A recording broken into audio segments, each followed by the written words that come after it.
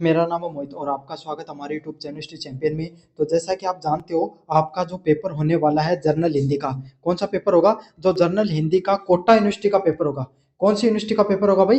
Kota university का जो paper होगा उससे संबंधित जितने महत्वपूर्ण प्रश्न होने वाले हैं सारे के सारे आपको करवाने वाला हूँ। आपको क्या करना है, वीडियो को पूरा देखना है भाई। क्या करना है, वीडियो को पूरा देखना है, चैनल को सब्सक्राइब कर देना है और अपने दोस्तों को जरूर से शेयर कर देना। सभी बच्चों से इतनी रिक्वेस्ट करूंगा, प्लीज चैनल को जोर से सब्सक्राइब कर दो। 30,000 सब्सक्राइबर का, कितने? 30,000 सब्सक्राइबर का टारगेट ले रखा। आगे सारा कंटेंट फ्री में पढ़ाऊंगा, वीडियो क्लासेस, क्लास नोट सब कुछ फ्री में देता हूं। आप सिर्फ चैनल को सब्सक्राइब कर दो भाई, ताकि आगे आने वाले एग्जाम में आपका फायदा हो। साथ के साथ कोने में जो व्यू प्रोडक्ट वाला ऑप्शन है, इस पर क्लिक करके अगर फ्लिपकार्ट और मित्रा से कोई प्रोडक्ट खरीदोगे, सबसे ज्यादा डिस्काउंट आपको देखने को मिलेगा। तो जाओ और जाकर जो प्रोडक्ट खरीदना चाहते हो खरीद सकते हो भाई। चलिए शुरू करते हैं अपन क्लास को। और ये पेपर आपके सामने एमसीक्यू बेस्ड पेपर होगा। पहले आपको थोड़ा बता देता हूँ पेपर के बारे में। एमसीक्यू बेस्ड मतलब प्रश्न आएगा, उसके नीचे 4 ऑप्शन आएंगे, है ना। आपको ऑप्शन इसमें करने हैं। आपको क्या क्या याद करना है इसके अंदर? एक तो भाई अच्छे से जो जो कहानी है ना, उसके कहानी के बारे में अच्छे से पढ़ लेना, ठीक है। एक उनके जो लेखक है ना, लेखक है भाई, सारे के सारे याद कर लेना। बता देता हूं, 5 से 7 प्रश्न लेखकों के आएंगे। किसके आएंगे? लेखक के आएंगे। एक वीडियो मैंने ऑलरेडी बना रखा है इसके ऊपर, वो क्या पर मिलेगा उसके बारे में बता दूंगा आपको। लेकिन 5 से 7 प्रश्न तो लेखक के ऐसे कैसे देखने को मिलेंगे। तो सभी बच्चों से रिक्वेस्ट है, प्लीज वो जरूर से देख लेना पहले वाले वीडियो, जिसमें आपकी सारी चीजें कवर हो जाएंगी। पास होने के लिए आपके सामने 20 नंबर आपको चाहिए। कितने नंबर चाहिए? 20 नंबर आपको पास होने के लिए चाहिए। और सारे बच्चों से रिक्वेस्ट है, पहली बार अगर आप ओमार सीट को भरो तो अच्छे से भरना भाई, है ना। कोई भी गोला वगैरह ना, वो अच्छे से भर लेना। तो चलिए शुरू करते हैं यूनिट फर्स्ट को। हिमालय के आंगन में कविता का मुख्य विषय क्या है? तो हिमालय के आंगन में जो कविता लिखी गई उसका मुख्य विषय क्या है? किसके ऊपर वो कविता है वो लिखी गई है? तो किसके ऊपर लिखी गई भाई? ये लिखी गई है हिमालय। और देखो, अब आपको ना अगर आपने बिल्कुल भी नहीं पढ़ा तो आपको इसी तरीके से दिमाग लगाना है। क्या लगाना है भाई? एक बात सोचो, हिमालय से संबंधित अगर कोई कविता होगी तो उसमें क्या होगा? हिमालय की प्राकृतिक वर्णन के बारे में बताया जाएगा कि हिमालय कैसा है, वहां पर कैसे जानवर रहते हैं, कैसे आपके सामने पेड़ पौधे रहते हैं, वहां का प्राकृतिक परिवेश कैसा है, प्रकृति के बारे में बात करेंगे, है ना भाई। आपके अगर गांव के बारे में बात की जा रही है तो आपके गांव के लोगों के बारे में बात की जाएगी। आपके अगर कोई मेला बढ़ता है उसके बारे में बात की जाएगी, ऐसी बात की जाती है। तो ऐसा हिमालय के बारे में बात की जाएगी तो किसके बारे में बात की जाएगी भाई? क्या देशभक्ति के बारे में बातचीत की जाएगी? नहीं, देशभक्ति का कोई लेना देना नहीं होता। प्रेम प्रेम से भी कोई मतलब नहीं, युद्ध से भी कोई मतलब नहीं होता है। प्रकृति का वर्णन ज्यादातर देखने को मिलता है। प्रकृति से संबंधित चीजें हैं वो ज्यादातर बताई जाती है। किससे संबंधित? प्रकृति से संबंधित चीजें वो ज्यादातर बताई जाती हैं। समझ में आ गया आपको अच्छे से? चलिए, नर हो न निराश करो, नर हो न निराश करो मन को किस भावना का वर्णन है? मतलब एक जो कहानी लिखी गई है, नर हो न निराश करो मन मन को किस भावना से। अब आप एक बात बताओ, अगर कोई आपके पिताजी है ना, आपके भाई एग्जाम में कब नंबर आ गए, तो आपके पिताजी ने आपको कहा, अरे अरे तू बहादुर लड़का है मेरा, ऐसे निराश थोड़ी होता है, होना है तेरे को, आगे तो और बढ़िया करेगा एग्जाम के अंदर। तो आपको कैसी फीलिंग आएगी? उत्साह आएगा ना, आपको साहस आएगा, मोटिवेशन मिलेगा, खुशी मिलेगी। तो ऐसी ही आपको इस कविता की लाइन पढ़कर आपको क्या समझ में आ रहा है? नर मतलब मनुष्य, व्यक्ति, पुरुष, है ना। और क्या कह रहा है? नर हो न, मतलब अगर नर हो, मनुष्य हो, तो निराश होने की जरूरत नहीं है मन में। चाहे जीवन में कितनी मुश्किल परिस्थितियां आए, चाहे जीवन में कैसा भी आपके जीवन में माहौल आए, आपको निराश नहीं होना है। समझ में आ गया? तो इस कविता में आपको क्या, इस कहानी से, इस कविता से आपको क्या संदेश मिल रहा है? आपको अंदर से उत्साह की फीलिंग आएगी। किसकी फीलिंग आएगी? उत्साह की फीलिंग आएगी। समझ में आ गया? तो नर होना निराश करो में कैसी भावना है भाई? उत्साह आपके अंदर, मन के अंदर, आपके अंदर उत्साह की भावना देखने को मिलेगी। अच्छा प्रश्न है, उत्साह से संबंधित टॉपिक आता है। मैं कभी हार नहीं मानूंगा, इस कविता में क्या संदेश है? अब आपका जो पेपर आ गया, पेपर में आपके कम नंबर आए, ज्यादा आए, या फिर आप खेल के मैदान में थे, है ना, आपका दूसरा स्थान आ गया। आप क्रिकेट जो मतलब रनिंग करते हो 400 मीटर की, आपका दूसरा स्थान आ गया, आ गया। और आपने क्या कहा मन से कि इस बार तो मेरा आ गया, लेकिन मैं हार नहीं मानूंगा, अगली बार मैं लड़ाई, अगली बार जब मैं लड़ने जो आऊंगा ना इस ग्राउंड पे, आपके सामने ग्राउंड पर, तो मैं पहला स्थान लेकर आऊंगा। समझ में आ गया? मैं हार नहीं मानूंगा। आपने क्या कहा कि मैं हार नहीं मानूंगा, अगली बार तो मैं पहला स्थान लेकर ही आऊंगा। तो इससे आपको क्या मिला? अंदर एक मोटिवेशन मिलता है, दृढ़ निश्चय का पता चलता है किसके बारे में, कि भाई सामने वाले व्यक्ति क्या करेंगे, भाई व्यक्ति लड़का हार गया जरूर लेकिन इसके अंदर साहस बहुत है, हिम्मत वाला लड़का एकदम। तो क्या क्या अंदर से भावना आती है, दृढ़ निश्चय की, कभी भी हारने मानने की, दृढ़ निश्चय की संदेश देता है, किसका, हार नहीं मानने की। समझ में आ गया। कोई व्यक्ति ऐसी आपके सामने बात करे कि मैं हार नहीं मानूंगा, तो किसकी भावना आएगी, हार नहीं मानने की, एकदम दृढ़ निश्चय की भावना आपके अंदर दिखाई देगी। झांसी की रानी में किसका वर्णन किया गया है, तो आपने ये सुना होगा, खूब लड़ी वो मर्दानी वो झांसी की रानी थी। सुना है ना आपके सामने, सुमित्रा कुमारी चौहान के द्वारा एक कविता लिखी गई, खूब लड़ी वो मर्दानी वो झांसी की रानी थी, है ना भाई। तो इसमें किसके बारे में बताया गया, रानी लक्ष्मीबाई बाई के बारे में बताया गया। झांसी की जगह है एक यूपी के अंदर, वहां की वो रानी थी, उनके जो हस्बैंड थे उनकी मृत्यु हो जाती है, क्या हो जाती है, मृत्यु हो जाती है। डलहौजी ने एक आपके सामने एक नीति लागू की थी, उसका नाम था हड़प नीति। हड़प नीति में क्या था कि अगर कोई व्यक्ति है, अगर कोई राजा है, अगर उसकी संतान उत्पत्ति नहीं होती है और होती है तो वो छोटी होती है, अगर वो इतनी लायक नहीं है कि अगर वो राजा है उसकी मृत्यु हो जाए और उसकी संतान उसका राजपाट संभाल नहीं पा रही है ना, क्या तो उसके कैसे नहीं संभाल पाए, क्या तो उसकी संतान नहीं होगी या होगी तो छोटी होगी, है ना। तो उस राजा का जो पूरा का पूरा राज सिंहासन है वो किसके पास चला जाएगा, अंग्रेजों के पास चला जाएगा। इसी को हड़प नीति के नाम से जाना जाता है। अब क्या होता है, जो झांसी की रानी है, रानी लक्ष्मीबाई, उनके जो पति है उनकी मृत्यु हो जाती है और उनका जो बच्चा था भाई वो बहुत छोटा था। तो अब क्या हो गया, उनका सिंहासन अंग्रेजों के पास जाना था। तो इसी के लिए जब 1857 की क्रांति होती है तब रानी लक्ष्मीबाई है वो अंग्रेजों से लोहा लेती है। क्या करती है, अंग्रेजों से लड़ाई करती है, अंग्रेजों से लोहा लेती है। इसी के ऊपर सुमित्रा कुमारी चौहान ने एक कहानी लिखी है, खूब लड़ी वो मर्दानी वो झांसी की रानी थी। समझ में आ गया आपको। तो रानी लक्ष्मीबाई के बारे में वर्णन किया गया है, किसके बारे में, रानी लक्ष्मीबाई के बारे में वर्णन किया गया है। अच्छा प्रश्न है, एग्जाम में बारंबार पूछा जाता है, अच्छा प्रश्न है भाई, कर लेना इसको। चलिए, दिल्ली कविता में किसका वर्णन किया गया है, कौन सी कविता में, जो दिल्ली कविता है, कौन सी कविता है जो दिल्ली कविता, उसमें किसका वर्णन किया गया है, इतिहास का, पुरानी कहानियों के बारे में, दिल्ली की वो प्राचीन सभ्यता, वो प्राचीन इतिहास जो उससे सदैव जुड़ा रहा, उसके बारे में वर्णन किया गया है। समझ में आ गया। जब आप इस कहानी को पढ़ते हो तो दिल्ली के इतिहास के बारे में, वहां की संस्कृति और की अनुभूति करते हो, ये दिल्ली कविता में बताया गया है। कौन सी कविता में भाई, दिल्ली कविता में बताया गया है वहां के इतिहास के बारे में। अच्छा प्रश्न है, अच्छे से कर लेना। हम ए निकेतन का अर्थ क्या होता है, हम ए निकेतन का क्या होता है, ए निकेतन क्या होता है, निकेतन शब्द सुना होगा ना आपके सामने, कहीं ना कहीं आपने जो निकेतन शब्द है उसका जुड़ाव रविंद्रनाथ टैगोर से भी है, बताना आपके सामने कैसे उनसे, है ना। निकेतन का अर्थ होता है घर, और जिसके भी शब्द के आगे अगर ए लग जाए, क्या लग जाए, ए अगर उपसर्ग लग जाए तो उसका नकारात्मक अर्थ निकलता है। क्या अर्थ निकलता है, नकारात्मक अर्थ निकलता है। तो ए निकेतन में मतलब क्या होगा, ऐसे लोग जिनके घर नहीं है। तो हम निकेतन का अर्थ क्या है कि हम वो लोग जिनके पास घर नहीं है, उसका क्या अर्थ है भाई, वो लोग जो बेघर हैं, क्या है, बेघर हैं। कौन भाई, वो लोग जो बेघर हैं, उसके लिए हम निकेतन शब्द का अर्थ निकलता है। समझ में आ गया, बेघर वाले लोग वो लोग जिनके पास खुद का घर नहीं है, उनके लिए हम अनिकेतन शब्द का प्रयोग हुआ है। कैसा लगा बताना आपके सामने। अभी तक वीडियो आपको कैसा लग रहा है जरूर से बताना, चैनल को जरूर से सब्सक्राइब कर देना भाई सभी बच्चे। शहीद की माँ में किस भाषा भावना का वर्णन किया गया है, कौन से में, शहीद की माँ है जो शब्द है उसमें कौन सी भावना का वर्णन किया गया है, कौन सी भावना का वर्णन किया गया है भाई आपके सामने।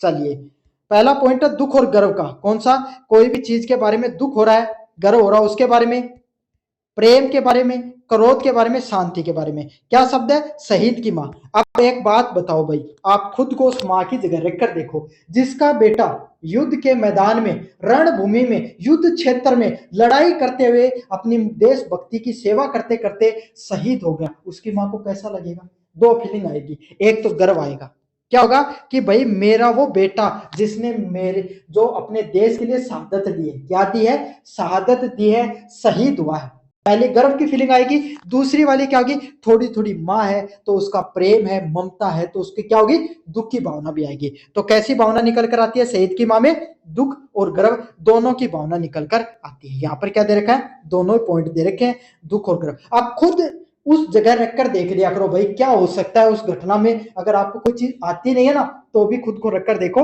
आपको हर चीज के बारे में पता चल जाएगा। अगले वाला पॉइंट है 15 अगस्त किससे संबंधित है? 15 अगस्त किससे संबंधित है? स्वतंत्रता दिवस से संबंधित। देखो दो चीजें होती हैं, एक होता है गणतंत्र दिवस, एक होता है स्वतंत्रता दिवस। 15 अगस्त 1947 को भारत क्या हुआ भाई? आजाद होता है। क्या होता है? आजाद होता है। तो जिस दिन 15 अगस्त मनाई जाती है उस दिन हम क्या बनाते हैं? हम मनाते हैं भारत की स्वतंत्रता दिवस। हमें अंग्रेजों की गुलामी से हमें स्वाधीनता मिलती है, स्वराज मिलता है। हमारे देश के लोगों का खुद का वो अपने देश के ऊपर राज होता है। एक गौरवान्वित अपना एक पल है, उसको अपन क्या बनाते हैं? स्वतंत्र दिवस के रूप में। अच्छा 26 जनवरी को किसके लिए मनाते हैं भाई? एक 26 जनवरी भी मनाया जाता है, उसको गणतंत्र दिवस के रूप में मनाया जाता है।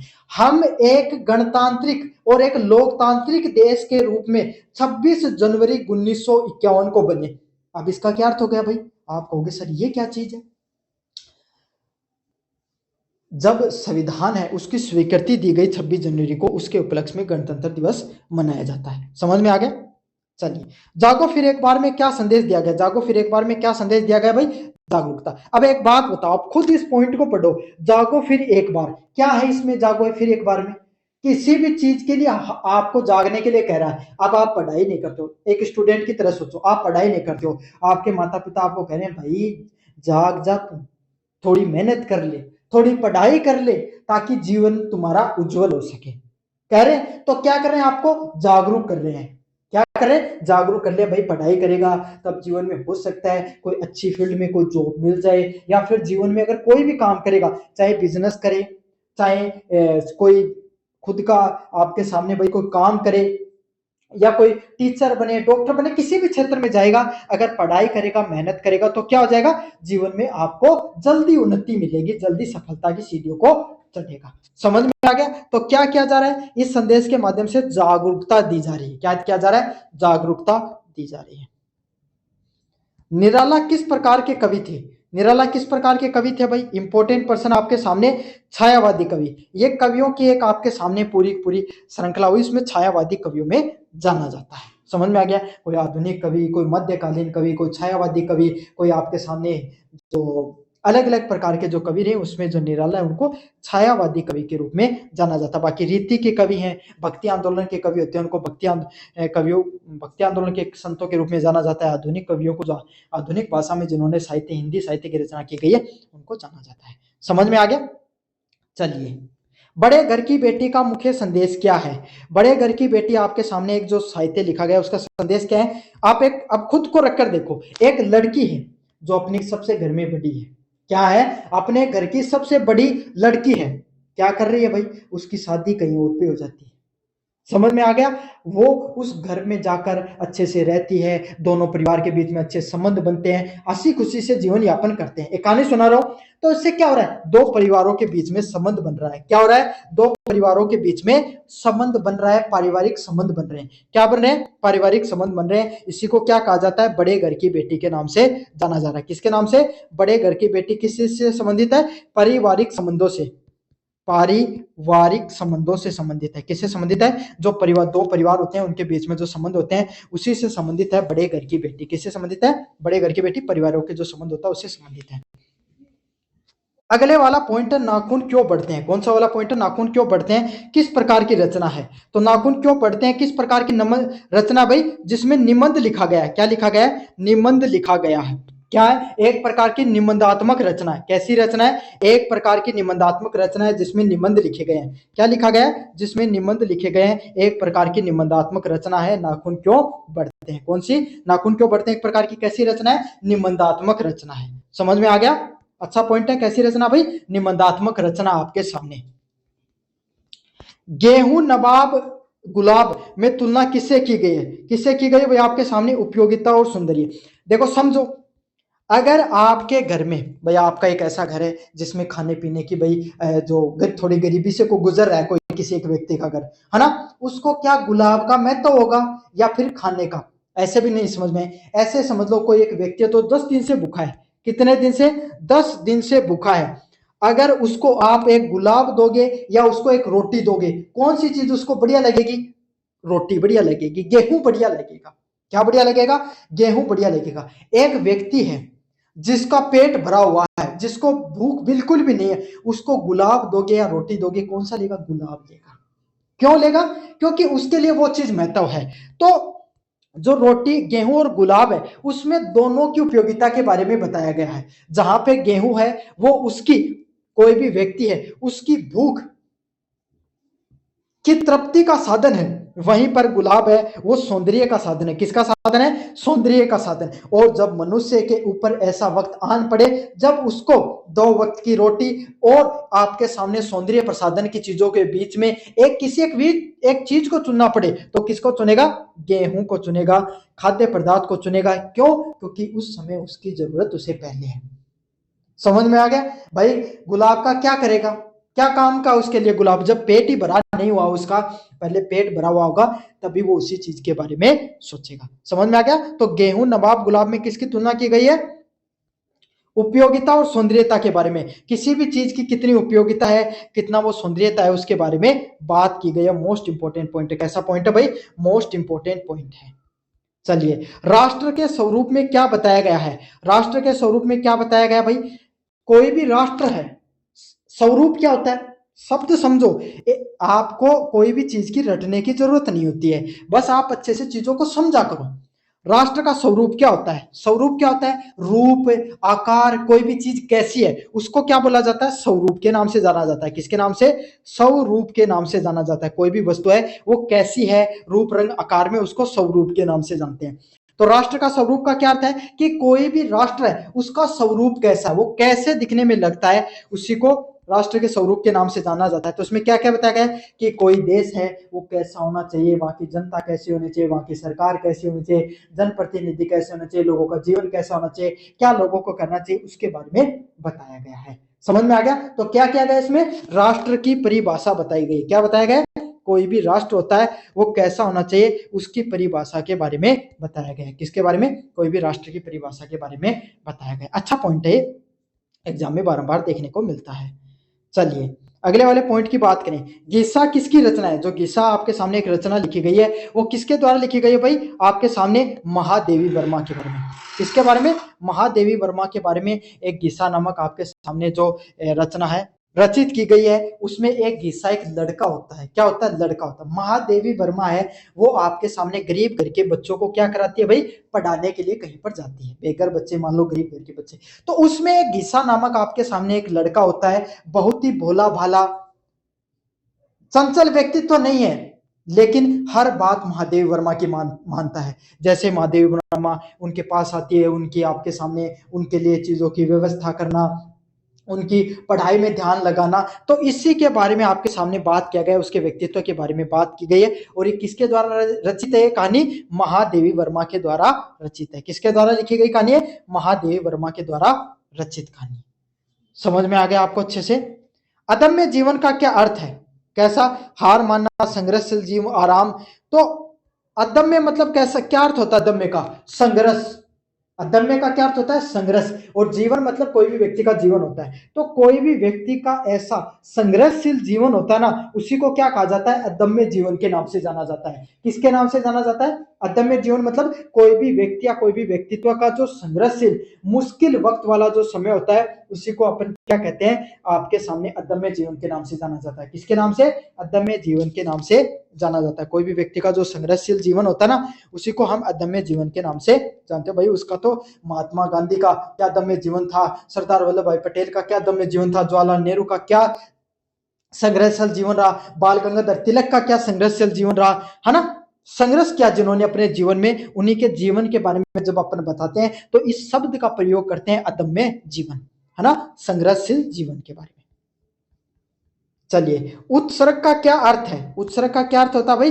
त्याग करना। कोई भी चीज को त्याग करना किसके नाम से जाना जाता है? उत्सर्ग के नाम से जाना जाता है। किसके नाम से? उत्सर्ग के नाम से जाना जाता है। किसके नाम से जाना जाता है भाई? उत्सर्ग के नाम से जाना जाता है। अच्छा प्रश्न है, किसी भी चीज के बारे में, किसी भी चीज का त्याग करना किसके बारे में जानते हैं? उत्सर्ग के नाम से जाना जाता है। किसके नाम से? उत्सर्ग के नाम से उसको जाना जाता है। अच्छा पॉइंट है, अच्छे से कर लेना, एग्जाम में बारंबार पूछा जाता है।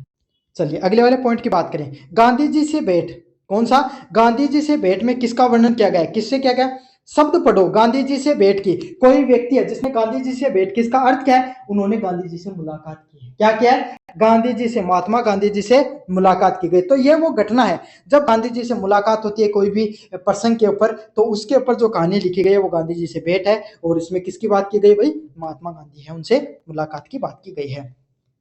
भवानी शंकर वंदे किस शैली की रचना है? तो किसमें लिखा गया भाई उनको? निबंध, कविता, कहानियां, नाटक, किसमें लिखा गया? एक निबंधात्मक शैली में लिखा गया है। कौन सी शैली में लिखा गया? निबंधात्मक शैली में लिखा गया है। कैसी शैली है? निबंधात्मक शैली लिखी गई है। जैसे कोई निबंध को लिखा जाता है ना, ऐसे मतलब कोई भी प्रारूप को लिखने का बड़ा लंबा चौड़ा जो प्रारूप होता है, जिसमें कोई घटना, किसी एक घटना के बारे में वर्णन किया जाता है, उसी को निबंधात्मक शैली के नाम से जाना जाता है। तो भवानी शंकर वंदे है वो किसकी शैली है? निबंधात्मक शैली। कौन सी शैली है? निबंधात्मक शैली है। चलिए, प्रेमचंद किस विधा के लेखक है? प्रेमचंद कौन सी विधा के लेखक है भाई? प्रेमचंद कहानी विधा के लेखक है। कौन सी विधा के? कहानी विधा के लेखक है। समझ में आ गया? क्या लिखा गया उनके द्वारा? कहानी लिखी गई है। समझ में आ गया? वो क्या लिखते हैं भाई? कहानी। उनके द्वारा जो विधा का प्रयोग किया गया वो कहानी विधा उनके द्वारा लिखी गई है। अच्छा है, इंपॉर्टेंट प्रश्न एग्जाम में बारंबार देखने को मिलता है। उनके द्वारा कहानी विधा में साहित्य लिखा गया है। चलिए, यूनिट फर्स्ट सेकंड में जो मैंने अपनी तरफ से पूरा कोशिश किया कि हर चैप्टर के बारे में आपको थोड़ी समराइज भी कर दिया जाए, हर चीज के बारे में बता दिया जाए। अब यूनिट थर्ड फोर्थ फिफ्थ में व्याकरण से संबंधित प्रश्न है।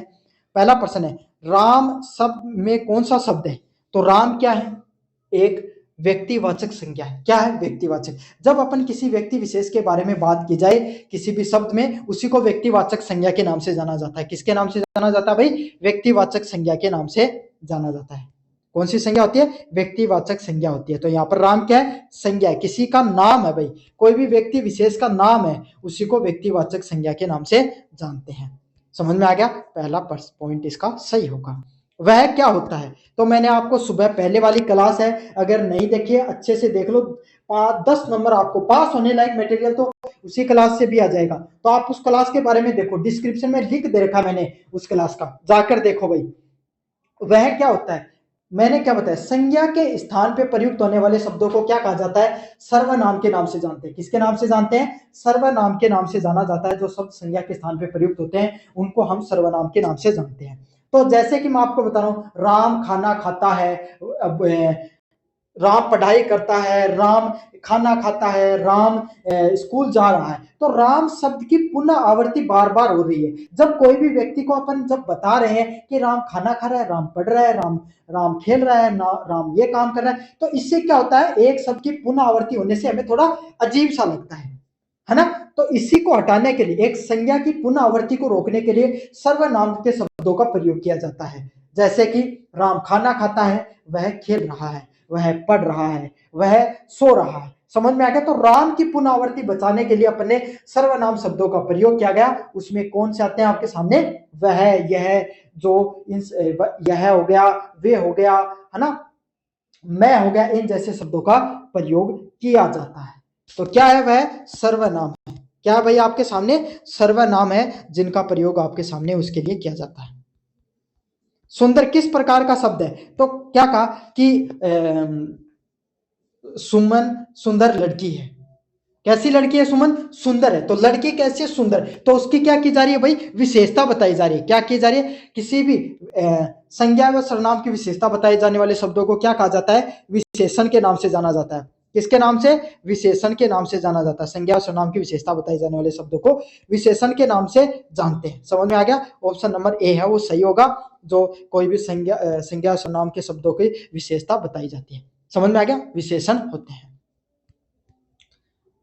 चलिए अगले वाले प्रश्नों की तरफ बढ़े। दौड़ना क्या है? तो कोई भी व्यक्ति है, जैसे कि राम दौड़ रहा है, तो आप पूछो कि राम क्या कर रहा है? दौड़ रहा है। समझ, कोई काम कर रहा है, कोई क्रिया कर रहा है। क्या कर रहा है? कोई काम कर रहा है, कोई क्रिया कर रहा है। तो ऐसे सब जिसमें कोई भी घटना के घटित होने का पर्याय हो, तो उसको क्या कहा जाता है? क्रिया के नाम से जाना जाता है। किसके नाम से जाना जाता है भाई? क्रिया के नाम से जाना जाता है। कोई भी घटना घटित हो रही है, समझ में आ गया? तो क्या आएगा? क्रिया आएगा। समझ में आ गया आपको अच्छे से? क्रिया के नाम से जाना जाता है। किसके नाम से? क्रिया के नाम से उसको जाना जाता है। चलिए, जल्दी क्या है? जल्दी क्या है? वह जल्दी जल्दी पढ़ रहा है। समझ में आ गया, वह जल्दी चल रहा है। तो पढ़ रहा है क्रिया है, लेकिन पढ़ने में भी वो कैसा है, जल्दी है। क्या है, पढ़ने में भी जल्दी है। चल कैसे रहा है, जल्दी रहा है, मतलब क्रिया है। क्रिया की भी कुछ विशेषता बताई जा रही है। विशेषण क्या होते हैं, कोई भी व्यक्ति संज्ञा सर्वनाम की संज्ञा सर्वनाम या विशेषण की विशेषता बताने जाने वाले शब्दों को विशेषण के नाम से जाना जाता है ना। तो जल्दी चल रहा है, तो क्या हो रहा है, वो चल भी कैसे रहा है, जल्दी रहा है। तो विशेषण विशेषता बताई जा रही है चलने की, तो क्रिया की विशेषता बताए जाने वाले शब्दों को क्रिया विशेषण के नाम से जाना जाता है। किसके नाम से, क्रिया विशेषण के नाम से जाना जाता है। किसके नाम से जाना जाता है, क्रिया विशेषण के नाम से जाना जाता है। अच्छा प्रश्न है, एग्जाम में बारंबार पूछा जाता है। बालक का स्त्रीलिंग क्या है, तो भाई स्त्रीलिंग पुल्लिंग से संबंधित प्रश्न देखने को मिलेंगे। बालिका क्या होता है, बालक का स्त्रीलिंग क्या होगा, बालिका है, वो आपके सामने इसका स्त्रीलिंग शब्द होगा। क्या शब्द होगा, बालिका आपके सामने इसका स्त्रीलिंग शब्द होने वाला है। किसका, बालक का। किसका होगा भाई, बालक का आपके सामने स्त्रीलिंग क्या होगा, बालिका है, वो इसका स्त्रीलिंग शब्द होगा। अगले वाला पॉइंट है, दिन का विलोम शब्द क्या होता है, तो दिन का विलोम शब्द क्या होते हैं, उल्टा, किसी भी चीज का अलग अर्थ या उल्टा अर्थ निकले उसको अपने को क्या कहते हैं, विलोम शब्द के नाम से जाना जाता है। किसके नाम से, विलोम शब्द के नाम से जाना जाता है। तो दिन का उल्टा क्या होता है, रात होना। विलोम मतलब आपके सामने विपरीत अर्थ होना, कोई भी चीज का विपरीत अर्थ होना। क्या होगा, दिन की क्या होती है भाई, दिन में प्रकाश होता है, रात में आपके सामने अंधकार होता है। तो दिन का विलोम शब्द क्या होता है, रात होता है। पानी का पर्यायवाची शब्द क्या है, पानी का पर्यायवाची शब्द क्या होता है भाई, आपके सामने जल। क्या होता है, जल होता है। पानी का पर्यायवाची शब्द क्या होता है भाई, जो जल है वो आपके सामने, जो पानी है उसका पर्यायवाची शब्द होता है। किसका, जो पानी है उसका पर्यायवाची शब्द क्या होता है भाई, आपके सामने जो जल है वो पानी का पर्यायवाची शब्द होता है। समझ में आ गया आपको अच्छे से। अगले वाले प्रश्नों की तरफ बढ़ते हैं। अशुद्ध का विलोम क्या होता है, तो अशुद्ध का विलोम क्या होता है भाई, आपके सामने विलोम क्या होता है, मैंने आपको बार बार बताया है, विलोम अर्थ होता है उल्टा। कोई भी चीज के बारे में उल्टा बताया जाए, विपरीत किसी भी चीज का अर्थ निकले, उसको विलोम शब्द के नाम से जाना जाता है। अब अशुद्ध का क्या होता है, अशुद्ध मतलब गलती होना, गलती का क्या सही होगा, अशुद्ध का क्या होगा। और जहां पर भी आपको अ दिख जाए, जहां पे अ उपसर्ग आपको दिख जाए, तो उसका अर्थ होता है कुछ नेगेटिव, कुछ गलत, कुछ नकारात्मक उसका अर्थ निकलता है। तो शुद्ध का उल्टा क्या होता है भाई, अशुद्ध होना मतलब गलत होना, और अशुद्ध का क्या होगा, शुद्ध होगा मतलब सही होना। समझ में आ गया, क्या आएगा, शुद्ध होना। तो ऐसा कोई दिखने, ऐसा कोई शब्द दिखे जिसमें ए लगा हो, तो आप उसको, अगर आपको नहीं पता हो तो ए हटाकर लिख देना, ये उसकी ट्रिक, एक प्रकार की ट्रिक हो जाएगी।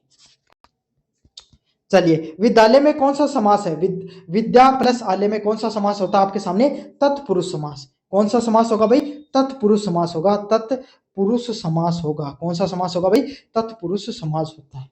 समझ में आ गया, कौन सा समास होता है भाई, तत्पुरुष समास देखने को मिलता है विद्यालय के अंदर। चलिए चलिए, अति क्या है, तो मैंने आपको बार बार बताया, वे शब्द जो किसी भी शब्द के पहले जुड़कर उसके अर्थ में बदलाव करे उसको उपसर्ग के नाम से जाना जाता है। अति क्या है, एक प्रकार का उपसर्ग, पहले जुड़ रहा है ना, तो अति क्या है, उपसर्ग होता है। वैसे अतिरिक्त हो गया है ना, अति प्लस रिक्त के साथ जुड़ के बन रहा है। कर्ता क्या है, कर्ता क्या आपके सामने, क्रिया है, संज्ञा है, विशेषण है, सर्वनाम है। कर्ता है, वह कोई भी काम करता है। समझ में आया, कर्ता मतलब करना, किसी भी घटना का घटित होना, है ना। तो कर्ता क्या होती है भाई, आपके सामने एक प्रकार से क्रिया है। क्या है, क्रिया है भाई। कर्ता क्या है, एक प्रकार से क्रिया है, किसी भी घटना के घटित होने का प्राय है। क्या है, कोई भी घटना के घटित होने का प्राय है, उसको किसके नाम से जाना जाता है, क्रिया के नाम से। किसके नाम से जाना जाता है भाई, क्रिया के नाम से जाना जाता है। समझ में आ गया, कोई भी घटना घटित हो रही है उसको क्रिया के नाम से जानते हैं। चलिए, मैं क्या है, यहां पर एक शब्द है मैं में क्या है भाई, मैं है, मैंने आपको बताया था ना, संज्ञा के स्थान पे प्रयुक्त होने वाले शब्दों को सर्वनाम कहते हैं। जैसे कि राम खाना खाता है, वह पढ़ता है, वह लिखता है ना, ऐसे प्रयोग हो रहा है। जैसे कि मैं पढ़ाई करता हूं, मैं शाम को सोता हूं, मैं कर रहा हूं, मतलब खुद की जगह आपके सामने आपने अपना नाम रखा, मोहित लिखा, जैसे मोहित पढ़ता है तो मोहित की जगह मैंने मैं शब्द का प्रयोग किया। तो क्या है, क्रिया। मोहित क्या है, एक व्यक्तिवाचक क्रिया है, उसकी जगह अगर किसी सर्वनाम का प्रयोग हो रहा है तो मैं क्या है, सर्वनाम है। क्या है, सर्वनाम है भाई। क्या है, सर्वनाम आपके सामने मैं क्या है, एक प्रकार से सर्वनाम शब्द है। समझ में आ गया आपको अच्छे से। चलिए, तेज क्या है, तेज क्या होता है भाई, वह तेज तेज चल रहा है। क्या चल रहा है? तेज तेज चल रहा है। तो ये क्या है आपके सामने? तेज चलना। तो ये तो है क्रिया विशेषण, लेकिन अगर सिर्फ तेज आ जाए तो क्या होगा? विशेषण होगा। क्या बता रहा है? विशेषता बता रहा है। क्या बता रहा है? विशेषता बता रहा है, तो क्या होगा? विशेषण होगा। तेज चलना क्या होता है भाई? विशेषण होता है। क्या होता है भाई? विशेषण होता है। अच्छा पॉइंट है, अच्छे से समझ लेना। तेज क्या होता है? विशेषण होता है। चलिए, अगले वाला शब्द है पढ़ाई। क्या शब्द है? पढ़ाई। पढ़ाई में प्रत्यय क्या होता है? पहले प्रत्यय के बारे में समझो, होते क्या प्रत्यय? प्रत्यय वे शब्द जो किसी भी शब्द के अंतिम में लगकर, पीछे लगकर उस शब्द का अर्थ बदल दे, उसको प्रत्यय के नाम से जाना जाता है। किसके नाम से जाना जाता है भाई? प्रत्यय के नाम से जाना जाता है। किसके नाम से जाना जाता है? उसको हम प्रत्यय के नाम से जानते हैं। जैसे पढ़ प्लस आई, क्या बना? पढ़ प्लस आई, क्या बन गया? पढ़ाई। क्या बन गया भाई? पढ़ाई बन गया। समझ में आ गया? तो अंतिम में जुड़ा है, अर्थ बदल गया। पढ़ मतलब किसी भी चीज को पढ़ना, पढ़ाई मतलब कोई भी ये आपके सामने इसके स्वरूप में, अर्थ में, क्रिया को सर्वनाम विशेषण इस प्रकार में बदल देता है ना। तो आई जुड़कर इसके पूरा स्वरूप ही बदल गया है। तो ये क्या होगा आपके सामने? जो इसका प्रत्यय क्या होगा? आई होगा। क्या होगा? पढ़ाई का प्रत्यय क्या होता है? आई है, वो आपके सामने इसका प्रत्यय होता है पढ़ाई में। चलिए, राजपुत्र में कौन सा समास है? कौन से में? राजपुत्र में। कौन से शब्द में? राजपुत्र में कौन सा समास होता है? तो कौन सा समास होता है? तत्पुरुष समास होना। तत्पुरुष समास। कौन सा समास है भाई?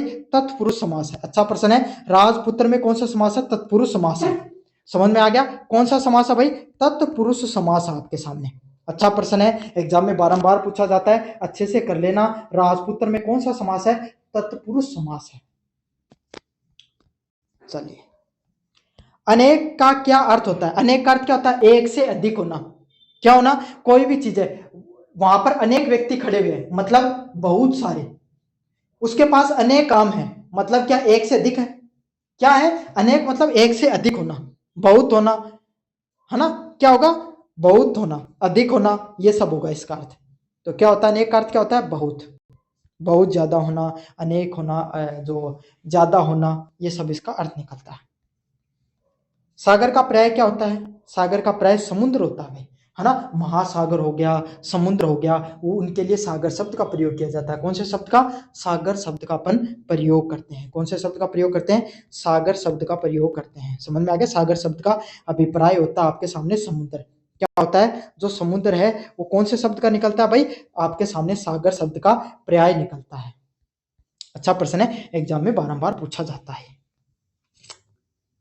घर के काम में क्या, कौन सा समास है? तो घर के काम में कौन सा समास है भाई आपके सामने? कौन सा समास है? तत्पुरुष समास है। कौन सा समास है? तत्पुरुष समास है। कौन सा समास है? तत्पुरुष समास है। समझ में आ गया? घर का काम, कौन सा काम? घर का काम। घर का काम कौन सा समास है? घर के काम में तत्पुरुष समास है। कौन सा समास है? तत्पुरुष समास है। कौन सा समास है भाई? तत्पुरुष समास है। अच्छा प्रश्न है, एग्जाम में काफी बार पूछा जाता है भाई कि घर के काम में कौन सा समास है? तत्पुरुष समास है। नीला आकाश में क्या विशेषण है? तो कैसा आकाश है? काला आकाश मान लो, सफेद पानी मान लो, आपके सामने कुछ भी ले सकते हो। तो यह क्या आकाश की विशेषता बता रहा है? कैसा है नीला? आकाश कैसा है? नीला है। तो यहाँ पर विशेषण क्या है? नीला आपके सामने विशेषण है। चलिए, अगले वाला प्रश्न है, गाय का लिंग क्या है? तीन प्रकार के होते हैं, स्त्रीलिंग, पुल्लिंग और नपुंसकलिंग। स्त्रीलिंग मतलब जहां पर आपके सामने कोई स्त्री भाव का पता, मतलब भाई आपको कोई फीमेल जैसा, स्त्री जैसा आपके सामने भाव आए, है ना, महिला जैसा, ऐसा जिसमें आपके सामने जो, उसको स्त्रीलिंग के नाम से जाना जाता है ना। पुरुष लिंग होता है जहाँ पे आपके पुरुष जैसा स्वभाव के बारे में पता चले। पुरुष नपुंसकलिंग जहाँ पे स्त्रीलिंग भी नहीं होता और जो पुल्लिंग भी नहीं होता, उसको नपुंसक लिंग के नाम से जाना जाता है। तो गाय का कैसा लिंग है भाई? कैसा होता है? स्त्रीलिंग। समझ में आ गया? कैसा है? स्त्रीलिंग है इसका। अच्छा पॉइंट है, कर लेना। बालक के बहुवचन क्या होते हैं भाई? बालके। क्या होता है भाई? बालक। एक से अधिक बालकों को क्या बोला जाता है? बालके के नाम से जाना जाता है। किसके नाम से जाना जाता है? बालके। बालके मतलब एक से अधिक बालक होना। बालक का बहुवचन क्या होता है? बालके होता है। क्या होता है? बालके होता है। समझ में आ गया? क्या होता है भाई? बालके क्या होता है? बालक का बहुवचन होता है। चलिए, खेलना क्या होता है? कोई भी खेलना क्या है भाई? खेलना क्या है? खेलना क्या आपके सामने? कोई भी क्या होता है, घटना का घटित होना।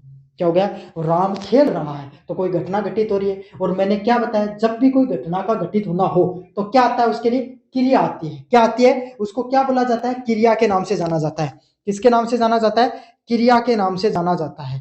किसके नाम से, क्रिया के नाम से जाना जाता है। तो यहाँ पर क्या आएगा, क्रिया आएगा। खेलना मतलब क्या होता है भाई, क्रिया आएगा, यहाँ पर क्रिया शब्द का प्रयोग होता है। चलिए, जल का विलोम शब्द क्या होता है, किसका, जो जल है उसका विलोम शब्द क्या होता है भाई आपके सामने। जल का विलोम शब्द क्या होगा, जल। यहाँ पर जल का उल्टा क्या होता है, समझ में आ गया। स्थल, वायु है ना, अग्नि और आकाश। तो स्थल इसका आपके सामने विलोम शब्द होता है। अशुभ का उपसर्ग क्या होगा, तो मैंने उपसर्ग क्या लगाया, वो उपसर्ग वो होते हैं जो पहले लगते हैं। उपसर्ग क्या होते हैं, जो पहले लगते हैं। तो मैंने बार बार बता रहा हूं, ए का अर्थ होता है नेगेटिव। अशुभ मतलब क्या होता है, जो शुभ ना हो, मतलब थोड़ा नकारात्मक अर्थ निकलता है ना। तो ए जिसके भी पीछे आगे लग जाए उसको नकारात्मक अर्थ बना देता है मुख्यतः। और ए का उपसर्ग क्या होगा, ए ही शब्द। समझ में आ गया। तो यहाँ पर होगा प्लस शुभ, इसका दूसरा शब्द है। वह लड़का में क्या, कौन सा विशेषण है, तो दोनों है भैया आपके सामने। वह है विशेषण नहीं भैया आपके सामने, वह लड़का में आपके सामने क्या है, सर्वनाम कौन सा है, तो वह है। चलिए भाई, खुशी क्या होती है, खुशी क्या है, संज्ञा है, भाववाचक संज्ञा। कैसी संज्ञा है, भाववाचक संज्ञा है। कैसी संज्ञा भाई, भाववाचक संज्ञा है। खुशी क्या है, एक प्रकार से आपके सामने भाववाचक संज्ञा है। कौन सी संज्ञा है, भाववाचक संज्ञा है। समझ में आ गया, कैसी संज्ञा भाई, भाववाचक संज्ञा है। चलिए, तेजी से क्या होता है, तेजी से क्या होता है भाई, तेजी से कोई काम कर रहा है तो क्रिया विशेषण होता है। कोई भी काम कर रहा है, जल्दी जल्दी कर रहा है, तेजी से कर रहा है, तो किस शब्द का प्रयोग करेंगे, क्रिया विशेषण शब्द का। कौन से शब्द का, क्रिया विशेषण शब्द का प्रयोग किया जाता है। कौन से शब्द का प्रयोग किया जाता है, क्रिया विशेषण शब्द का प्रयोग किया जाता है। मोस्ट इंपॉर्टेंट शब्द है भाई। अनेक का विलोम अर्थ, अनेक का उल्टा क्या होता है, अनेक का अर्थ क्या होता है, बहुत सारी। अनेक का अर्थ क्या होता है, बहुत सारी। बहुत सारे का क्या होगा, एक होगा। क्या होगा, एक। अनेक का उल्टा क्या होगा, एक होगा भाई। क्या होगा भाई, आपके सामने एक है, उसका अर्थ निकलता है। तो अनेक का विलोम शब्द क्या होता है, एक होना। क्या होना, एक होना। आपके सामने विलोम का उल्टा अनेक का विलोम शब्द निकलता है। चलिए, एक राम ने फल खाया में कर्ता कौन से, राम ने फल खाया का क्या है, राम। कर्ता का काम करने वाला कौन है, राम है। तो चलिए, ये सब आपके सामने दूसरा मॉडल पेपर था हिंदी का, मैंने पढ़ा दिया। कैसा लगा वीडियो, जोर से बताना। चैनल जोर से सब्सक्राइब कर देना।